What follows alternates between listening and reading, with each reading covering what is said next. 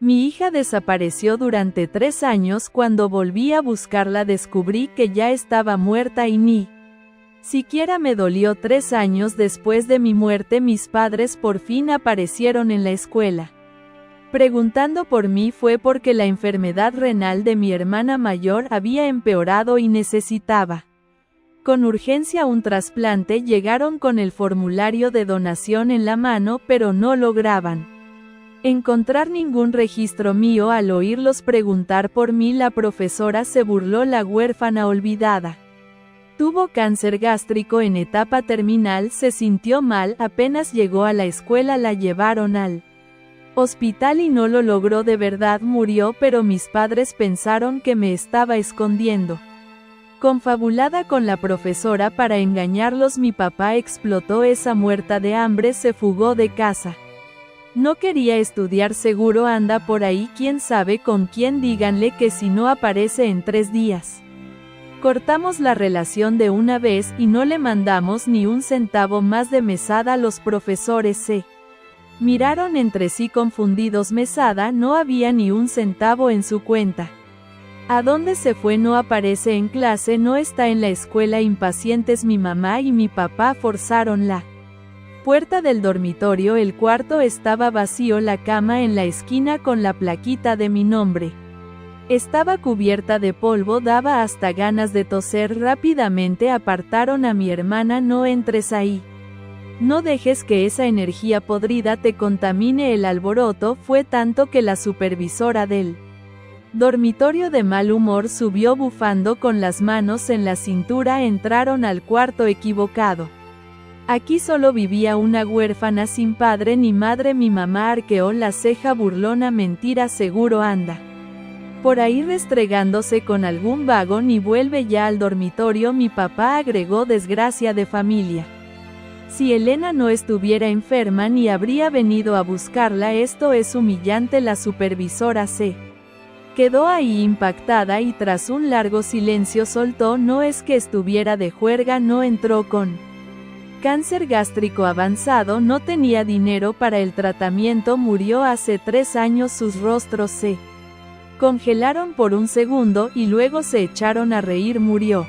¿Estás de broma? No era fuerte como un toro. Cáncer terminal.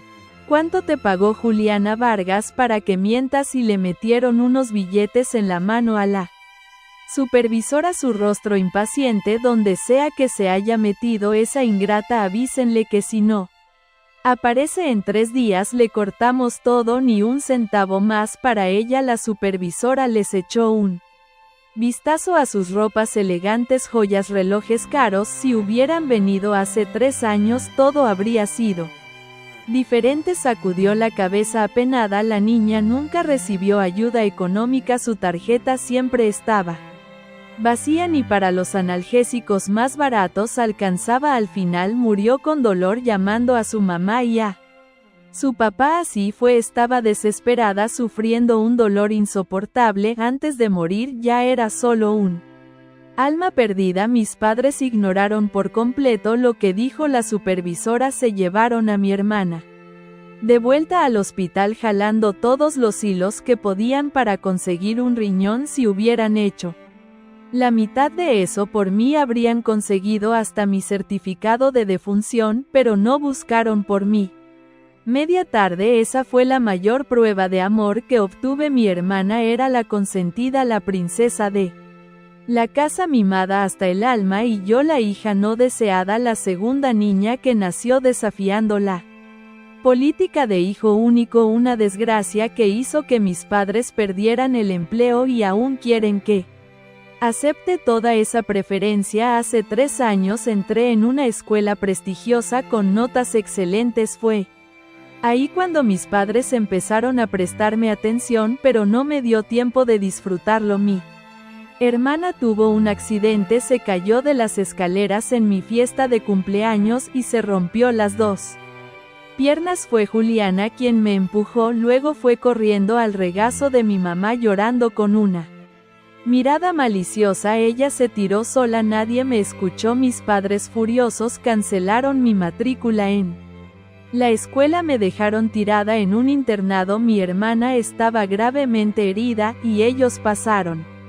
todo el tiempo con ella, yo tuve que ir sola a inscribirme, la profesora llamó 1000 veces al celular de mis padres, nadie contestó hasta que mucho después mi mamá devolvió la llamada irritada: mi hija necesita descansar de la cirugía, deja de molestar con tantas llamadas, solo tengo una hija, Elena Vargas, no conozco a ninguna Juliana, y me colgó en la cara. Los profesores con lástima anotaron en la ficha: sin padres. Me sequé las lágrimas, fui a pasar la tarjeta para pagar la mensualidad y escuché esa voz fría del sistema: fondos insuficientes, sin dinero, sin amor. Trabajé en varios oficios para poder pagar la escuela, pero mi cuerpo, debilitado por tanta alimentación irregular, empezó a dar señales. El cáncer en etapa avanzada requería mucho dinero para tratarse. Llamé a mis padres cientos de veces y nada. Los profesores pensaban que yo era huérfana, incluso hicieron una colecta, pero ya no sabían qué más hacer. Sola, encogida en una esquina del hospital, el dolor destrozándome, yo todavía tenía esperanza. Mamá y papá van a venir, ellos van a venir, aún hay tiempo de salvarme.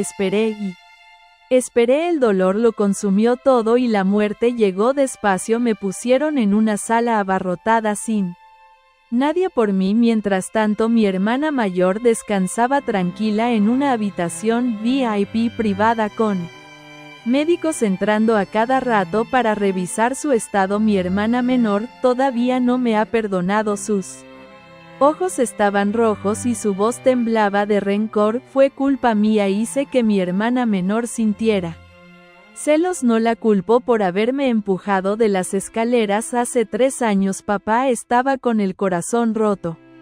Le acarició la cara sin soltar ni una lágrima y le dijo con ternura: ella te maltrata tanto y aún así la defiendes, eres demasiado buena. Elena, no te preocupes, mamá y yo vamos a encontrar a esa muerta y haremos que done un riñón. Después de calmar a su hija favorita con voz suave, papá salió despacio de la habitación del hospital. Un brillo frío pasó por sus ojos mientras apretaba el botón de llamada del celular. En la pantalla apareció Juliana Vargas, mi número. El tono automático resonaba en el pasillo vacío: pero yo estoy muerta. ¿Quién contestaría? El plazo de 3 días ya pasó. Claro que no me encontraron sin salida. Volvieron a la escuela hirviendo de rabia. ¿Cómo es posible que ustedes como educadores participen en una farsa así junto con los alumnos?, gritó mi mamá pisando fuerte en el suelo de tanta frustración. La enfermedad de mi hija está empeorando. Ella no puede esperar más. ¿Cuánto les pagó Juliana? Yo les pago el doble, no 10 veces más. Los profesores intentaban explicarse, ya sin voz de tanto repetir. Algunos incluso golpeaban la mesa. Mi profesor tutor, el señor Luis, siempre fue el que más me comprendió cuando estuve enferma, me cuidó como pudo, pero ahora viendo a mis padres armando este escándalo, se enfureció. Nuestra escuela podrá no ser la mejor, pero no jugamos con la vida de nadie. Ustedes abandonaron a su propia hija, la dejaron a su suerte y ahora vienen aquí a armar líos. Vayan al hospital y pidan los historiales médicos de ella. Siempre tuvo dolores de estómago, todo está registrado desde úlceras hasta la evolución al cáncer. Una vez le entregué tímidamente mi informe médico esperando que me llevaran a un hospital más grande, pero en vez de eso descubrieron que las medicinas que tomaba eran solo vitaminas. Mi hermana jaló la manga de la camisa de papá haciéndose la tierna. Mi hermanita solo quería llamar su atención, estaba tomando vitaminas y fingiendo que estaba enferma. Ellos la abrazaron, ni siquiera me miró, rasgó mi informe frente a mí y me tiró los pedazos en la cara. Tan joven y ya aprendiste a mentir. Si vuelves con estas mentiras vamos a ignorarte para siempre. Pero mi rostro vivía pálido de dolor y a veces vomitaba sangre. Nada era fingido, simplemente me ignoraron. Después de ese día nunca más hablé de mis Dolores hasta que fue demasiado tarde al ver que el señor Luis ya estaba por llamar a seguridad para echarlos. Mis padres no tuvieron más opción que irse en el hospital. El pasillo estaba en silencio. Mi hermana mayor dormía tranquila en la mesita, al lado un pastelito y una tarjeta escrita con letras grandes: mamá y papá, gracias por todo, perdón por darles tanta molestia, incluso enferma. Ver eso les derritió el corazón. Incluso enferma, su hija favorita aún pensaba en agradarles. Mi mamá se secó las lágrimas. Dicen que las hijas son como un suéter de algodón que te calienta el corazón. Es verdad. Papá asintió conmovido, pero al recordarme su tono cambió amargo. Elena es obediente, no como esa plaga de Juliana. Desde que nació solo nos ha dado dolores de cabeza. Su propia hermana enferma y ella desaparece del mundo. El desprecio en sus ojos era evidente, pero no podían sacar de su cabeza lo que dijo el profesor: revisen los registros médicos en el hospital. Para eso necesitaban comprobar custodia legal, pero 3 años atrás me habían echado de casa, me borraron del registro familiar. Ahora solo figuraban ellos 3, yo había pasado a ser responsable de mi propio hogar sola. Mi mamá revolvía los cajones golpeándolos fuerte. ¿Dónde está el acta de nacimiento de esa desgraciada? No está aquí, te dije que la tiraras hace años. Papá se tapó la nariz y forzó la puerta de mi antiguo cuarto, ahora lleno de cajas. Registró el escritorio furioso, pero no encontró documentos. Encontró mi diario. Saqué la nota más alta en el examen de matemáticas. Hoy mamá y papá me van a llevar de paseo. Tengo tanta envidia de mi hermana mayor. Quisiera tener ropa bonita como ella. El armario estaba abierto, mis ropas seguían ahí medio torcidas en las perchas, ocupando solo la mitad del espacio. Mamá siempre dice que traigo mala suerte. Quiero estudiar mucho, ganar dinero y traerles suerte. ¿Será que algún día dejarán de gritarme? Las páginas estaban arrugadas, manchadas de lágrimas secas. Estaban inmersos en la lectura cuando el teléfono sonó fuerte. Era del hospital. Mi hermana mayor había entrado en coma. Salieron corriendo dejando el diario entre el desorden. Cuando llegaron, ella ya no estaba en la habitación. Agotados, llegaron hasta la sala de cirugía. Solo se relajaron cuando el médico confirmó que estaba estable. La rescatamos a tiempo, está fuera de peligro, solo necesita estar en observación unos días. El médico los llamó aparte preocupado. Necesitan encontrar un donante de riñón urgente. Papá negó con fuerza, metiendo discretamente más sobres al investigador privado. Encuentra a Juliana, cueste lo que cueste. Me llamo Juliana Vargas, y estoy muerta. No lo digo como una metáfora dramática, estoy muerta de verdad. Fui enterrada hace 3 años en una tumba sin flores, sin familia, sin nadie que preguntara por mí. Morí con 17 años en un hospital público de Valencia, sola, destrozada por dentro, con un cáncer gástrico que me comía viva desde hacía meses. Pero no es aquí donde empieza mi historia. No empieza cuando 3 años después de que me apagaran las máquinas, mis padres por fin volvieron a pronunciar mi nombre, y no fue por amor, fue por un riñón. Mi hermana Elena, la princesa de la familia Vargas, la niña mimada, se estaba muriendo. Su insuficiencia renal había llegado al límite y necesitaba un trasplante urgente. Fue entonces cuando mis padres Cristina y Sergio aparecieron en el Colegio Santa Clara preguntando por mí. ¿Dónde está Juliana Vargas?, exigieron en la oficina de dirección con una carpeta en la mano que tenía escrito en grande: autorización de donación de órganos. Yo los vi, no con mis ojos, claro, pero los vi. Es difícil de explicar, pero desde que morí puedo moverme entre los recuerdos, entre los lugares donde aún queda algo de mí, y en Santa Clara aún queda demasiado. La secretaria levantó la vista confundida. Juliana, dijo con cautela la chica huérfana. Mi madre frunció los labios. Huérfana. ¿De qué hablas? Es mi hija la profesora Elena, que solía traerme sopa escondida en termos porque no podía pagar el comedor. Bajó la mirada. Juliana murió hace 3 años, lo sentimos mucho, mi padre estalló.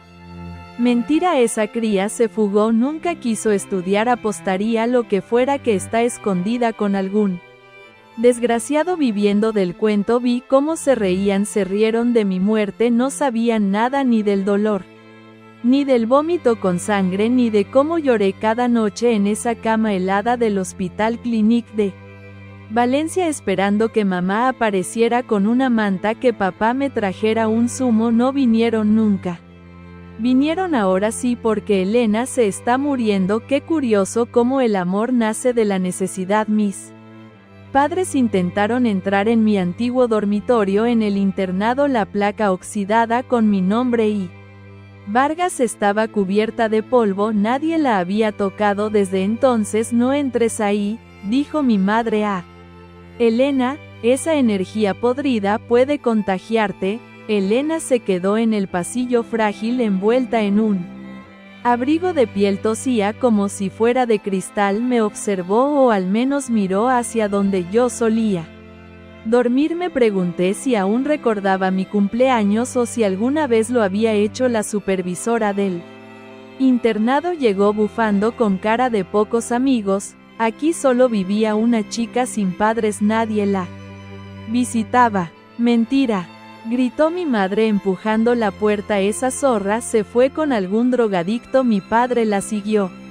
sacando billetes de 50 euros como si fueran caramelos. Díganos dónde está, no queremos problemas. La supervisora se quedó inmóvil, murió con dolor llamando a sus padres. Nunca recibió un euro ni para los analgésicos, y en ese momento por primera vez noté algo en sus ojos, duda, solo una chispa, pero estaba ahí. Esa chispa me bastó, porque en ese instante lo decidí, no los perdonaría, no iba a descansar, no mientras siguieran riendo, mientras siguieran buscando un riñón, y no a una hija. Fue entonces cuando Elena se desplomó en el pasillo, convulsiones, gritos. La ambulancia tardó 4 minutos en llegar. Los vi correr, los vi llorar, y no sentí nada hasta que escuché algo que me congeló el alma. Necesitamos a Juliana, susurró mi padre al médico, vivo o muerta, pero necesitamos ese riñón.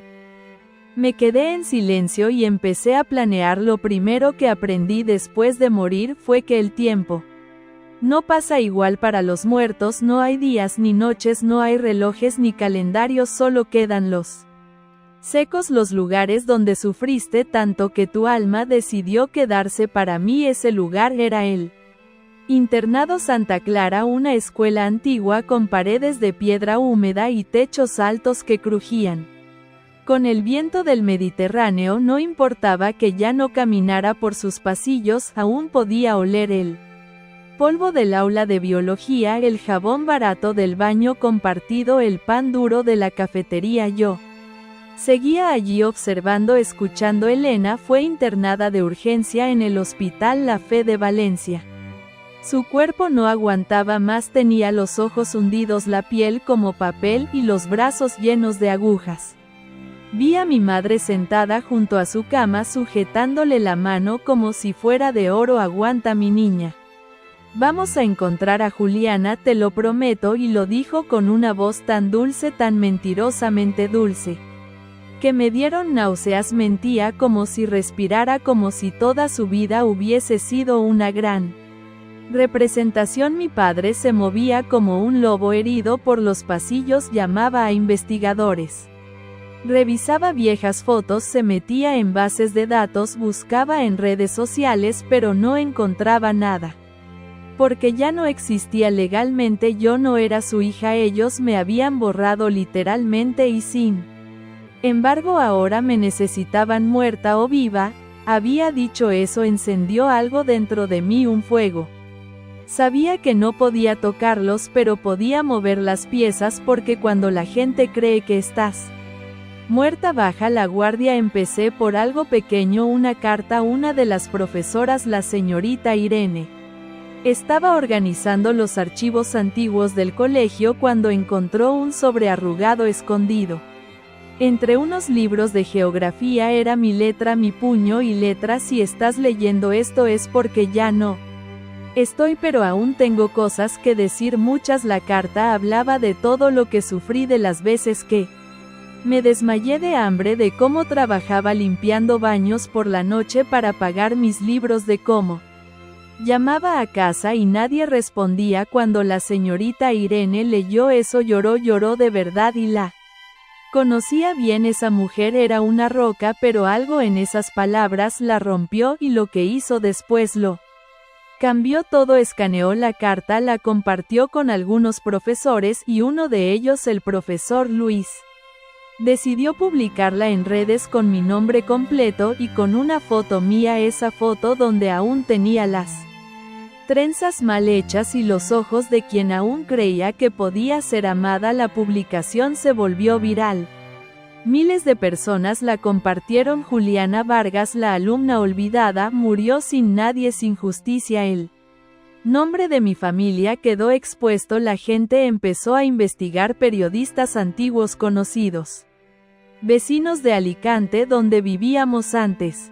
¿No es esa la hija que abandonaron? Yo la vi pedir ayuda en la farmacia. Siempre pensé que algo raro pasaba en esa familia. Mis padres no sabían de dónde venían los ataques, no entendían por qué todos los periodistas estaban en la puerta del hospital, pero yo sí, y estaba solo empezando. Elena, entre sueños murmuraba mi nombre. Juliana, me estás castigando. Quise decirle que sí, pero también quise abrazarla. Una parte de mí aún quería perdonar, pero la otra recordó cómo ella rompió mi diagnóstico en pedazos y los tiró en mi cara, así que seguí y busqué el siguiente recuerdo, uno que aún dolía, el más oscuro. La grabación: una noche cuando tenía 14 años, escondí mi móvil bajo la cama, grabé todo, la discusión, los insultos, la vez que mi padre me gritó que ojalá no hubiera nacido, la vez que mi madre dijo que yo le había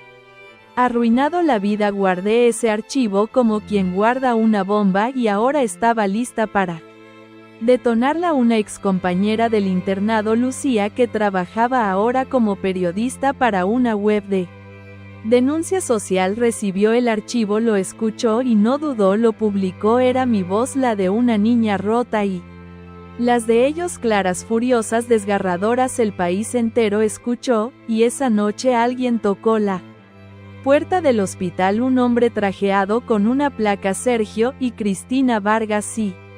¿Qué ocurre? Quedan detenidos por presunto abandono, maltrato emocional y falsificación de documentos médicos. Y ahí empezó la caída. Yo pensaba que verlos esposados me traería paz, que ver a mi madre intentando explicar entre gritos que todo era un malentendido y a mi padre forcejeando con los agentes sería suficiente, pero no lo fue. No sentí satisfacción, sentí rabia porque esa escena estaba 3 años tarde, porque cuando yo estuve tirada en una camilla vomitando sangre, nadie vino a rescatarme. Ninguna patrulla, ningún periodista, ningún abrazo. Mi hermana Elena lloraba en el hospital, confundida, débil, viendo cómo los policías sacaban a nuestros padres por la puerta principal ante una multitud de cámaras y flashes. ¿Dónde van?, preguntaba entre lágrimas. ¿Qué está pasando? Nadie le respondió. Yo estaba allí a su lado observando cómo intentaba entender un mundo que nunca cuestionó, un mundo donde ella siempre fue la buena, la querida, la protegida. Se aferró a su peluche viejo, el mismo que mamá le trajo de Mallorca cuando tenía 8 años. Papá, murmuró mamá, y por primera vez en años me dolió verla así, porque aunque me empujó por esa escalera, aunque me miró con desprecio tantas veces, seguía siendo mi hermana, pero no podía permitirme compasión. No ahora. Lucía, mi excompañera del internado, era una fiera. Después de publicar la grabación recibió amenazas, le enviaron correos anónimos, la insultaron en redes, intentaron despedirla, pero no se rindió y gracias a ella una nueva ola de testigos comenzó a surgir. La señora Carmen, antigua vecina del edificio donde vivíamos en Alicante, fue una de las primeras. Yo la veía llegar del colegio sola, siempre sola. Una vez la escuché llorar detrás de la puerta. Intenté hablar con la madre, pero me cerró en la cara. También habló Esteban, el panadero del barrio. Tenía hambre. Venía con monedas contadas, siempre pedía lo más barato. Una vez le regalé un bocadillo, me dio las gracias como si le hubiese salvado la vida. Cada historia era una astilla y cada astilla formaba una lanza que atravesaba la imagen perfecta de los Vargas. La televisión lo tenía en todos los noticiarios. La tragedia de Juliana Vargas, decían, la hija invisible, la niña que murió sola. Elena los veía todos los programas, no decía nada, solo miraba y poco a poco su rostro comenzó a cambiar. Ya no era la cara de la inocente hija mimada, era la de alguien que por primera vez se preguntaba si había sido parte del crimen. Yo me le acerqué, susurré: ¿te acuerdas cuando me empujaste? ¿Sabías que me sangraba la nariz durante días después de eso? ¿Recuerdas cómo dijiste que yo me inventaba las enfermedades para llamar la atención? Ella se estremeció, no por el frío sino por la memoria, y entonces me vio, no directamente, no como se ven las cosas vivas, pero me sintió, lo vi en sus ojos. Juliana, susurró. ¿Estás? No terminó la frase. En el tribunal mis padres declaraban, intentaron hacerse las víctimas, nos dijeron que había muerto. Pero no nos avisaron a tiempo. Lloraba mi madre, yo la quería, solo que no sabía cómo demostrarlo. Decía mi padre con voz temblorosa, pero los documentos hablaban mi nombre tachado del libro de familia, mi tarjeta sanitaria sin movimientos, las transferencias bancarias a la cuenta de Elena y la mía vacía. El juez los escuchaba en silencio, y entonces llegó la prueba final, el diario aquel que encontraron en mi antiguo cuarto escondido entre cajas. Lo leyeron en voz alta, página por página, en la sala del juicio. Hoy saqué un 10 en matemáticas. Mamá estaría orgullosa si supiera. Me duele mucho el estómago, pero no quiero molestar. Tal vez si sonrío más. La hermana perfecta tiene cama nueva. Yo duermo en el colchón viejo, pero no importa, algún día me querrán. El tribunal se quedó mudo y mi madre por primera vez lloró de verdad, pero ya era tarde. Fuera del juzgado la multitud esperaba carteles. Ve las fotos mías, no por lástima, por justicia. Fue allí cuando apareció un rostro que no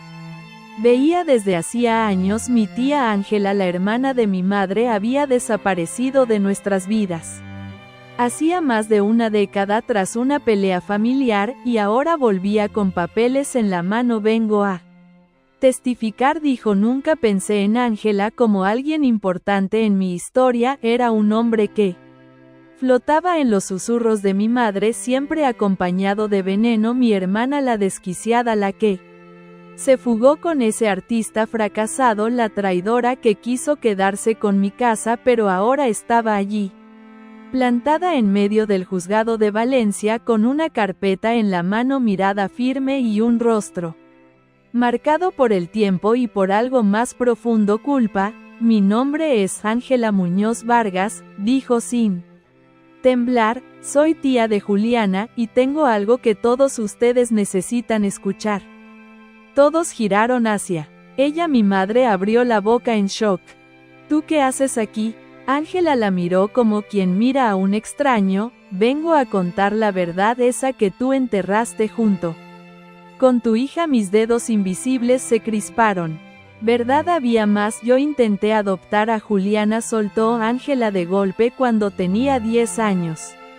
¿Qué? Exclamó el abogado defensor perplejo. Cristina y Sergio me la negaron, dijeron que solo era una molestia, pero que necesitaban mantener la custodia por beneficios fiscales. El tribunal, murmuró. Mi madre palideció. Yo temblé. Lo intenté todo, siguió Ángela. Contacté con servicios sociales, con abogados, pero ellos eran los padres. Yo era solo la tía y nadie me escuchó. Se volvió hacia el juez y Abrió la carpeta dentro copias de correos electrónicos, informes, peticiones rechazadas y una foto.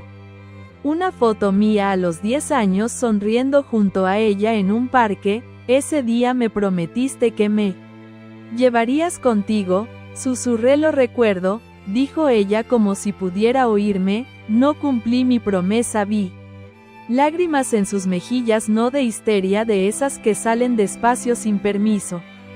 Elena seguía en el hospital, veía las noticias en su tablet. Cuando escuchó el testimonio de Ángela no dijo nada.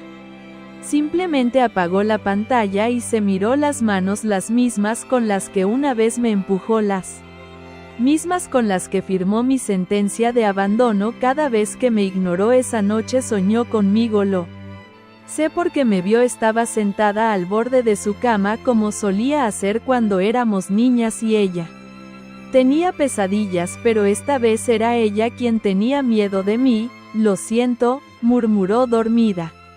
Perdón. Y ahí sentí algo extraño, no era rabia, era compasión, peligrosa, frágil, traicionera. Volví al juzgado. Ángela había terminado, los periodistas estaban frenéticos y en ese caos surgió otra figura del pasado, el doctor Martín Gómez, mi oncólogo, el único que me trató con respeto aunque sus manos estuvieran atadas por la falta de recursos. Pidió la palabra. Tenía pruebas de que durante mis últimos meses de vida mi madre fue notificada varias veces por el hospital, correos, llamadas, incluso una visita domiciliaria ignorada. El abogado de mis padres intentó protestar, pero ya nadie lo escuchaba. Juliana murió sin atención porque sus propios padres la borraron, dijo el doctor con la voz rota. Ella solo quería vivir, solo pedía que alguien la quisiera. No lloré, no podía. Los muertos no lloran, pero si pudiera ese sería el momento. Mi madre se quebró, se llevó las manos a la cabeza. Gritó. No es cierto, yo hice lo que pude, no sabía. Mentira, y lo sabíamos todos. El juez suspendió la audiencia, los llevarían a juicio formal, pero eso no era suficiente para mí, no todavía, porque aún quedaba alguien que se había mantenido en silencio, que se escondía entre todos esos recuerdos difusos, pero que había jugado un papel clave en todo. Juliana Vargas tenía una abuela y esa mujer sabía más de lo que parecía. Esa misma noche la señora Ángela, antes de marcharse, sacó una vieja dirección de su bolso. Ella vive en Teruel, a las afueras. Nunca quiso saber de ti, pero fue quien convenció a tu madre de no abortar. Mi mundo se tambaleó, mi existencia había sido una moneda al aire y entonces lo decidí. Iba a verla, a la mujer que había permitido que naciera y que después se desentendió. El viaje hasta Teruel fue como atravesar un túnel de recuerdos. No era un viaje literal, claro, estaba muerta, no tomaba trenes ni taxis, pero había lugares que aún me pertenecían. Esquinas que conservaban fragmentos de mi risa, de mis llantos, de mis esperanzas rotas. La casa de mi abuela estaba al borde de una aldea olvidada por Dios, entre montes secos y caminos de tierra. Una verja oxidada, flores marchitas en macetas rotas, y un felpudo que decía bienvenidos con letras medio borradas. Nunca la conocí en vida, o eso creía, pero al verla salir al porche, arrugada, encorvada, pero con los ojos vivos como brasas escondidas, supe que esa mujer sabía perfectamente quién era. Yo sé. Sentó en una vieja mecedora de madera y comenzó a tejer como si supiera que yo estaba allí. No hace falta que hables, niña, dijo sin mirar a nadie. Sé que estás rondando mis entrañas invisibles. Se encogieron. ¿Cómo he sentido tu presencia desde que Cristina fue detenida? Tu madre, mi hija, la criatura más orgullosa y egoísta que Dios me dio. Sacó una caja de galletas metálica y la abrió. Dentro un montón de cartas mías. Tu profesora Elena me escribió durante meses, contaba lo que te pasaba, pedía ayuda, me rogaba que interviniera. No entendía, ella lo sabía, y no hizo nada. No te atrevas a juzgarme. Dijo como si me leyera el pensamiento: fui madre antes que tú existieras, sé lo que es criar a un monstruo. Cristina no nació cruel, se hizo cruel cuando eligió al hombre equivocado, Sergio, mi padre. Nunca quise que ella se casara con él, vi cómo la transformó, cómo la hizo sentirse menos que nada y cuando quedó embarazada por segunda vez le di una opción, mi corazón muerto dio un salto, una opción. Abortar, confirmó, me suplicó que la ayudara, dijo que no podía tener otro hijo, que perdería su trabajo, pero yo no lo permití, le dije que tenerte podía salvarla, no podía creer lo que escuchaba yo. Fui una decisión ajena, una apuesta emocional que salió mal después del parto, te miró y supe que no te quería. La abuela guardó las cartas, quise ayudarte, pero ya era tarde, me alejaron. Cristina me prohibió acercarme a ti y yo, vieja tonta, obedecí. Hubo silencio, solo el chirrido de la mecedora y el crujido de la lana en sus agujas. Tu madre no te amó, pero te temía, eras lista, fuerte, distinta, y eso para alguien como ella es peligroso. La miré, no con odio, con tristeza. ¿Por qué no hiciste nada?, pregunté en voz baja, sin palabras, pero sé que lo sintió. La mujer detuvo su tejido porque me odiaba a mí misma por lo que había criado y porque no supe ser mejor. Cerró los ojos. Pero ahora si aún hay algo de ti, niña, escúchame bien, tu madre tenía un secreto, algo que jamás le dijo a nadie. La mecedora dejó de moverse, el aire se volvió pesado. Cuando tú eras bebé estuviste a punto de morir, una fiebre brutal, te llevaron a un hospital privado, no figuraste en registros oficiales, pero ahí conociste a alguien, un médico, un hombre joven, él cambió todo. ¿Quién era?, quise gritar. Ella levantó un sobre amarillo viejo, casi deshaciéndose. Tu madre lo amenazó, lo chantajeó, le hizo firmar papeles para ocultar algo, metió el sobre en una bolsa de plástico. Este hombre era tu verdadero padre. El mundo tembló. Sergio no lo sabe, nunca lo supo, y ese médico está vivo en Madrid. Se levantó por primera vez, ve a buscarlo si quieres saber quién eres de verdad.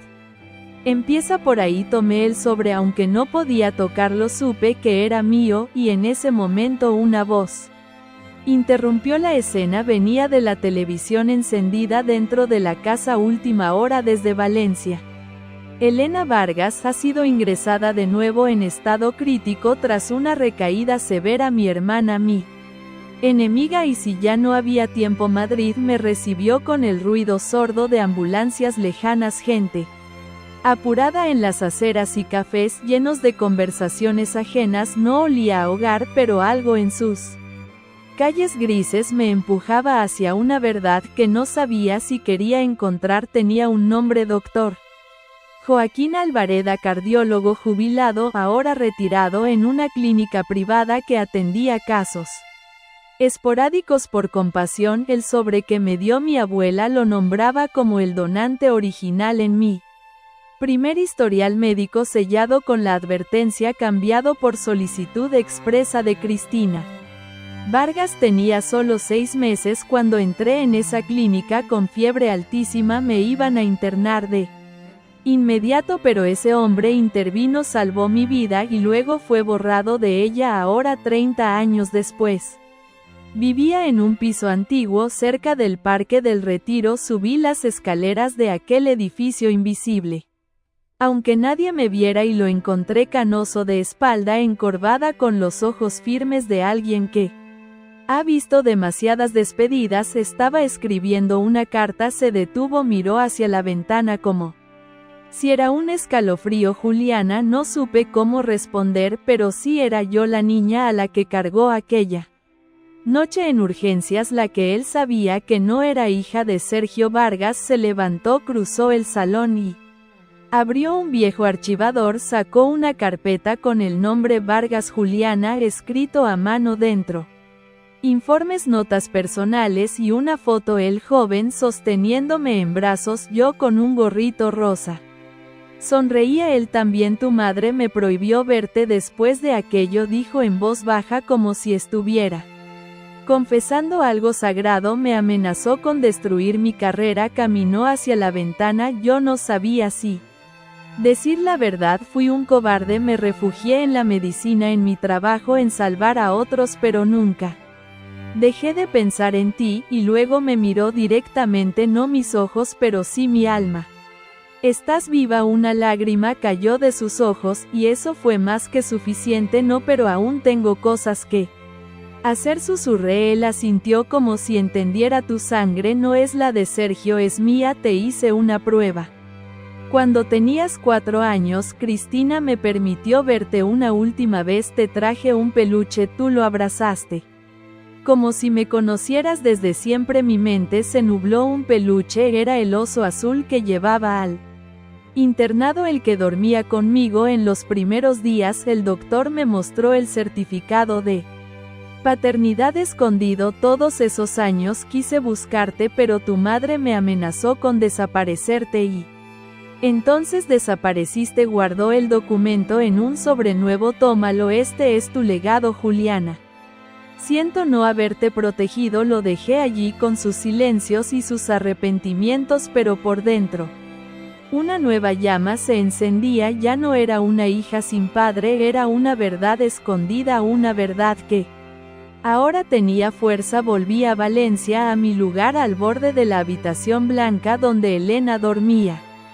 Conectada a máquinas, mi hermana, su piel estaba casi transparente, su cuerpo reducido a huesos. Los médicos murmuraban términos como rechazo y fase irreversible. Mis padres ya no estaban, seguían detenidos esperando juicio. Elena estaba sola, vi a Lucía, mi amiga periodista, en la sala de espera.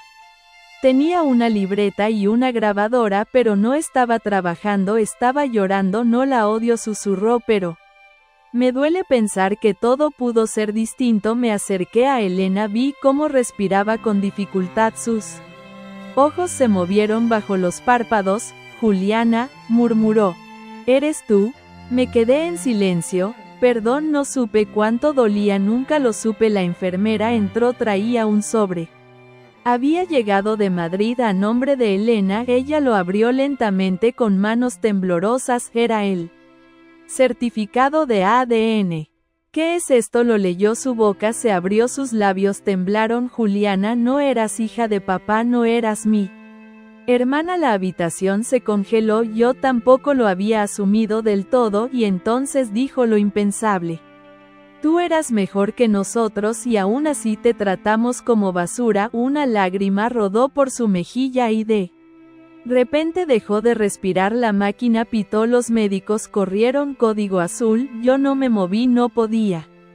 Pero en medio del caos un nuevo sonido rompió la escena. El teléfono del hospital sonó, y una voz fría dejó un mensaje grabado. Tenemos más información sobre Cristina Vargas. Hay una cuenta en Suiza con transferencias irregulares y un beneficiario inesperado. Juliana Vargas. El infierno aún no había terminado. Siempre creí que lo peor que podían quitarte era el amor, pero hay algo más perverso. Robarte incluso después de muerta, convertirte en una cifra, en un código de transferencia bancaria, en un nombre oculto, en una cuenta suiza. Después de la muerte de Elena, una muerte silenciosa, casi piadosa, pero no menos triste. El hospital recibió esa llamada, una voz anónima, un acento extranjero y un dato escalofriante. Existía una cuenta secreta en el Banco Helvetia de Ginebra a nombre de Juliana Vargas. ¿Cómo era posible? Lucía, la periodista, fue la primera en actuar. Llamó a una fuente suya en Interpol. En cuestión de horas se confirmó, la cuenta existía y no era nueva, había sido abierta hacía 8 años. Por Cristina Vargas, transferencias mensuales provenientes de contratos opacos, empresas fantasmas en Andorra, Panamá, todo a nombre de tu madre, explicó Lucía mientras revisaba los documentos en su portátil. Y el beneficiario final eras tú, pero yo nunca vi ese dinero, susurró, porque tu madre te borró legalmente, pero seguía usando tu nombre para lavar dinero. Era una paradoja brutal, me negaron hasta el arroz en la comida, pero usaban mi existencia como máscara para esconder fortunas ese día. La Fiscalía Anticorrupción de Valencia reabrió el caso contra mis padres. Ya no era solo abandono.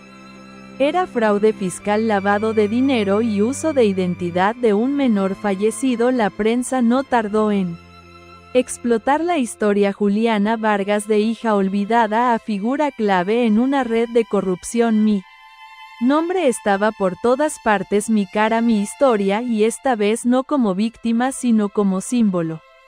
Miles de mensajes llegaron al Colegio Santa Clara, cartas, flores. Una placa en mi honor fue colocada en la entrada del dormitorio donde viví en memoria de Juliana Vargas. Que nunca más nadie muera olvidado. Pero lo más impactante vino semanas después. Lucía me contactó una noche sentada en la antigua biblioteca del colegio. Hay algo más, dijo, y necesito que lo veas. Puso un video viejo en blanco y negro, cámara oculta. Cristina en una reunión con un banquero suizo. Mi hija es inteligente.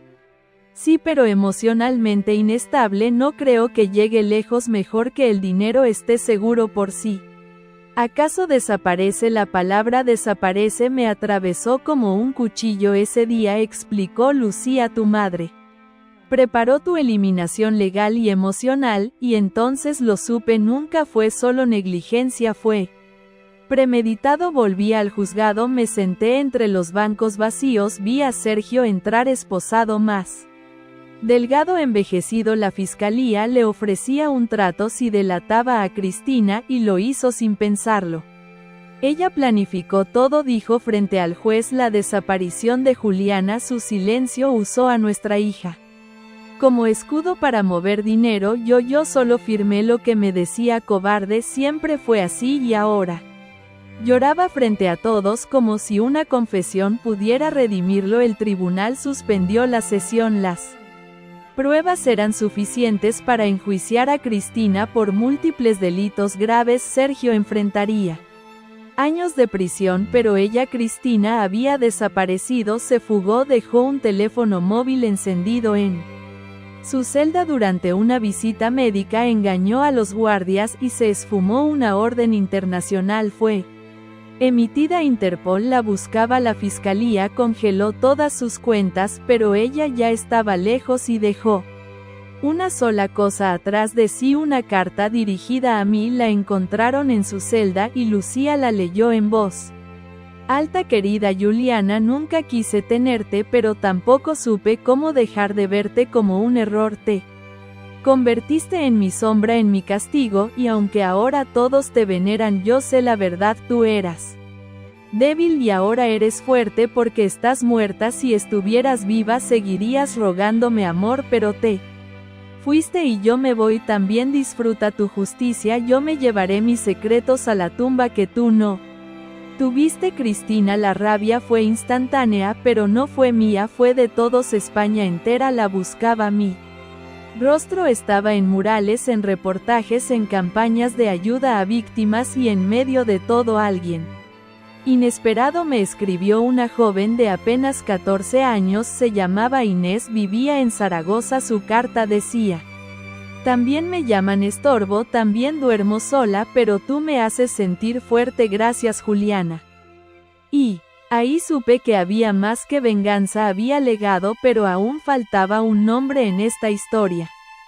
Juliana Vargas, heredera legal de millones de euros, y ahora figura central en el caso criminal más grande de la última década, y en algún rincón de Europa Cristina miraba su rostro en las noticias y sabía que incluso lejos el infierno la seguía. Las personas creen que cuando mueres se acaba todo.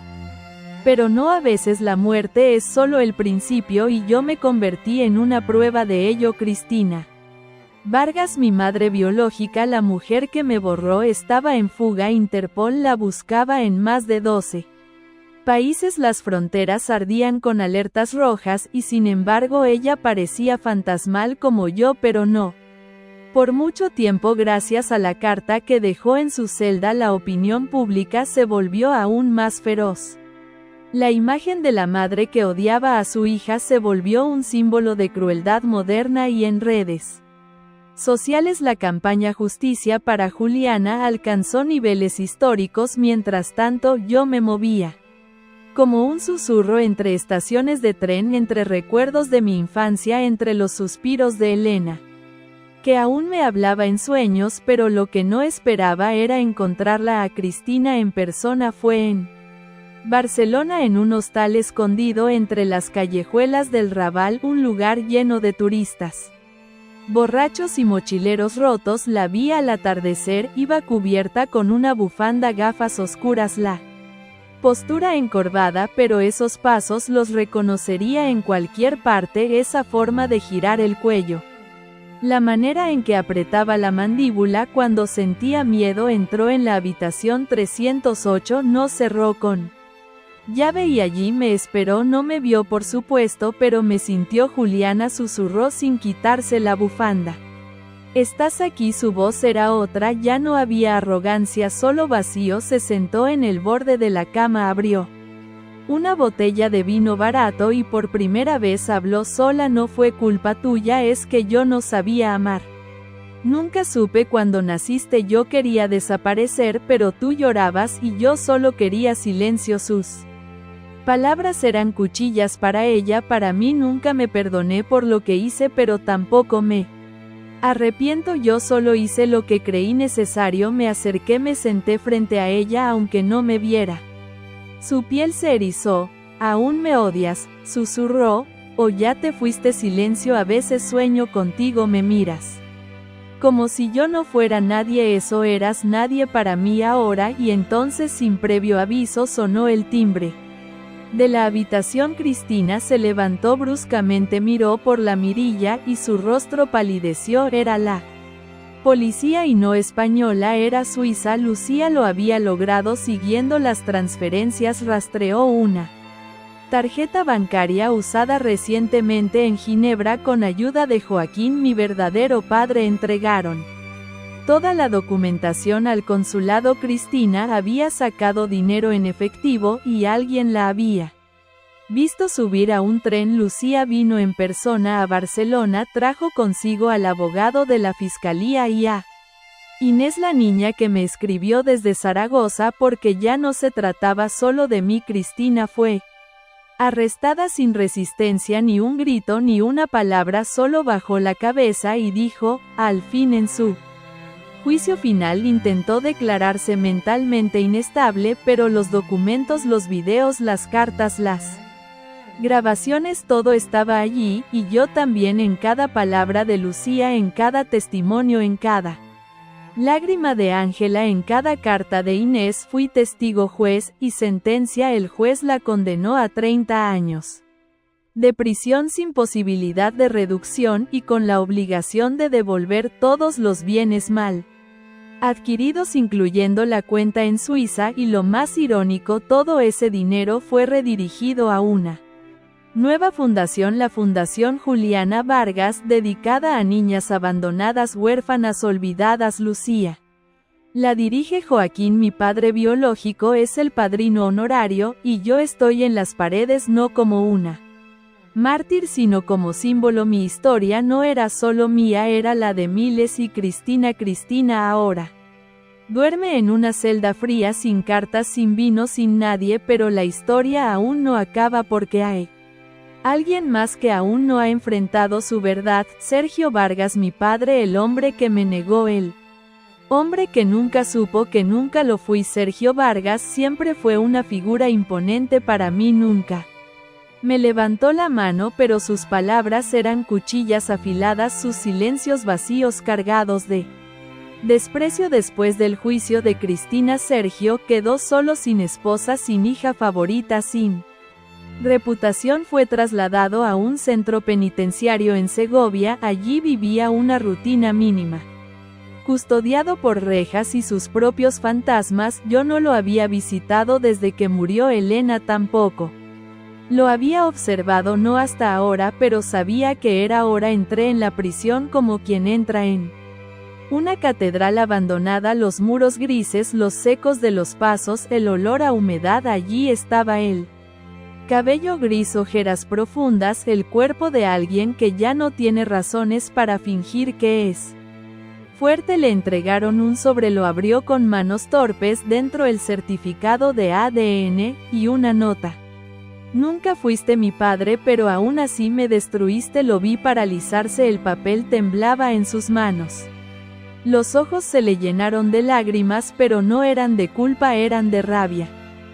¿Cómo se atreve?, murmuró. Después de todo lo que hice por ella, todo lo que hizo Arme decirme, estás enferma de la cabeza, cuando vomitaba sangre. Sergio rompió el sobre en pedazos, los tiró al suelo y luego se levantó con violencia, arrojando la silla contra la pared. Cristina, todo fue idea de ella, ella la borró. Ella se derrumbó llorando, sollando como un niño al que le quitaron el juguete, pero nadie fue a consolarlo, y en ese momento supe que no necesitaba castigarlo más. Su castigo era vivir con la verdad, saber que nunca tuvo el poder que creyó tener, que su hija no era suya, que la había enterrado viva y que ahora era ella quien lo sepultaba con su legado. Lucía publicó una última crónica, El silencio de Sergio Vargas, el padre que negó a una hija que nunca fue suya. Las redes ardieron, la fundación recibió nuevas donaciones. La historia fue adaptada en un documental. En universidades se discutía el caso de Juliana Vargas en clases de ética, de derecho, de periodismo, y aún así yo no sentía alivio. Fui al cementerio por primera vez desde que morí. Mi tumba estaba allí, pero ahora tenía flores, una placa nueva y una carta escrita a mano dejada por alguien inesperado. Juliana, no sé si merezco escribirte, pero necesitaba hacerlo. Te odié, te envidié, y cuando te fuiste me di cuenta de que solo quería ser tú. Perdóname, Elena. Me senté en el césped, el viento me atravesó suave. Quizás ya no era necesario seguir, quizás era hora de irme, pero entonces el viento trajo otro sonido, una voz pequeña, dulce. Juliana, ¿eres tú? Era Inés, la niña de Zaragoza. Estaba allí frente a mi tumba con una flor en la mano y ojos que veían más de lo que deberían. Gracias por no rendirte, susurró, porque ahora yo no me voy a rendir. Y ahí supe que el final no era un punto, era un eco, una semilla, una nueva historia comenzaba. Pero antes aún quedaba una cosa por hacer.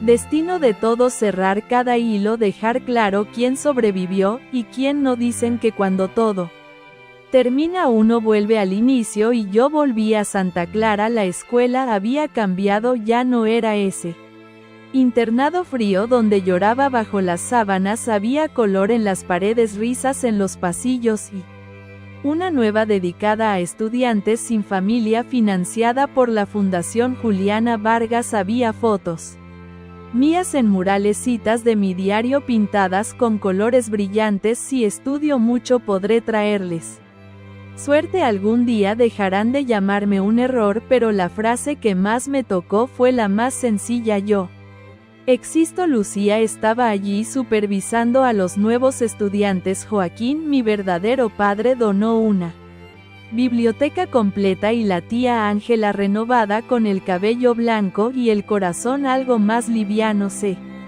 convirtió en tutora de varias niñas. Pero este capítulo no es sobre lo que construimos, es sobre qué pasó con cada uno. Sergio Vargas cumple condena de 18 años en la prisión de Segovia por complicidad en fraude, lavado de dinero y abandono parental. Se convirtió en un preso solitario, rechazado por los demás internos. Nunca más recibió visitas. Cada mes recibe una carta con solo una palabra: recuerda. Cristina Vargas fue extraditada desde Suiza, condenada a 30 años de prisión. Ha cambiado su nombre legal en más de 3 ocasiones dentro del sistema penitenciario. Intentó suicidarse 2 veces. Recibe terapia obligatoria, pero se niega a hablar de mí. En su celda encontraron un cuaderno con páginas enteras llenas del nombre Juliana, ninguna otra palabra. Elena Vargas falleció en el Hospital La Fe. Rodeada solo por médicos, fue enterrada junto a mí por decisión del juez. Su tumba tiene una frase que ella pidió incluir en vida. Ojalá la hubiera amado antes. Lucía Romero, fundadora y directora de la Fundación Juliana Vargas, se convirtió en una figura clave del periodismo ético en España. Viaja por colegios dando charlas sobre abandono, negligencia familiar y justicia social. Es la guardiana de mi historia y de muchas otras. Inés López hoy tiene 16 años, vive con una familia de acogida amorosa. En Zaragoza se convirtió en la primera becaria de la fundación, quiere estudiar Derecho y dice, cada vez que habla en público, Juliana me salvó la vida sin conocerme. Joaquín Albareda, mi padre biológico. Sigue activo en la fundación como voluntario, lleva siempre una foto mía en la cartera. En su despacho hay una nota pegada a la pared: la próxima vez protege. La tía Ángela renunció a su trabajo como contable, dedicó su vida a cuidar niñas del sistema de acogida. Dice que encontró en cada una de ellas un trozo de mí y cada domingo deja flores en mi tumba sin falta, y yo estoy en cada esquina de Santa Clara, en las páginas de los libros que llevan mi nombre, en las miradas de niñas que ahora tienen esperanza, en los susurros de quienes ya no temen decir, yo también sufrí. Ya no hay dolor, solo recuerdo. Y ese recuerdo ahora cura. Mi historia no fue bonita, fue dura, cruel, silenciada, pero sobreviví, y aunque ya no tenga cuerpo, mi voz está viva. Gracias por escucharme. Gracias por no apartar la mirada. Mi nombre es Juliana Vargas, y esta fue mi historia, la historia de una niña que murió y aprendió a vivir en el corazón de quienes decidieron cambiar.